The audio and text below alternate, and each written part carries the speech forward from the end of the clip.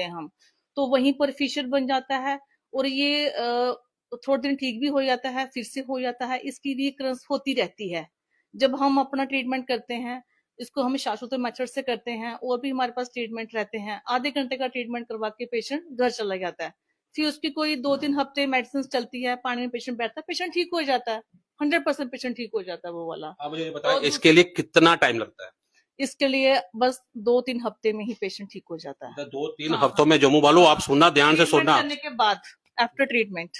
जी जी जी, आप जम्मू वालों ध्यान से सुनना कि बहुत ही जल्दी जहां पे आपको राहत मिलने वाली है, जो आपका दर्द है उसको छुपाइए मत।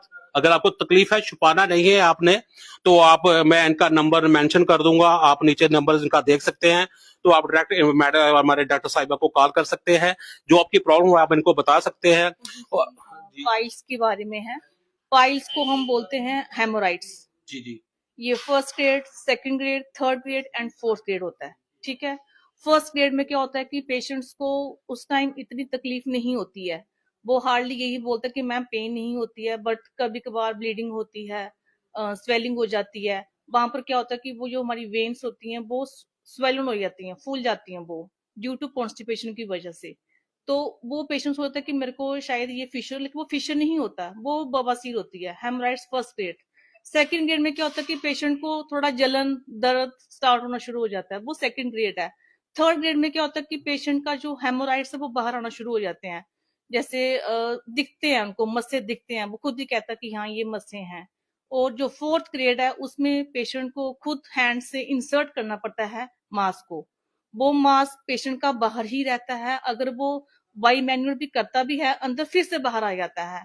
उसको बोलते हैं प्रोलैप्स ऑफ रेक्टम। वो पेशेंट का वो काफी हमने देखे हैं, वो वाले केसेस भी, वो भी ठीक करे हैं हमने यहाँ पर। और उसके बाद आ गया फिस्टुला। फिस्टुला क्या होता है कि बगंदर जिसमें से पस निकलती है, वो गुदा मार के बाहर क्या होता है कि वहां पर छोटा सा सुराख होता है, उसमें से वो स्राव निकलता है, कभी ब्लड से निकलता है, कभी पस बन के निकलता है। वो पेशेंट को वहां पर फोड़ा टाइप का बन जाता है, फोड़ा टाइप का। वो पेशेंट को बैठने में बहुत तकलीफ करता है। वो भी हमने ट्रीटमेंट करे हैं पेशेंट्स के, वो उसमें भी हमें 100% रिजल्ट मिले हैं। ये है कि एक बार आइए और ट्रीटमेंट, जिसको भी प्रॉब्लम है वो आ सकती है।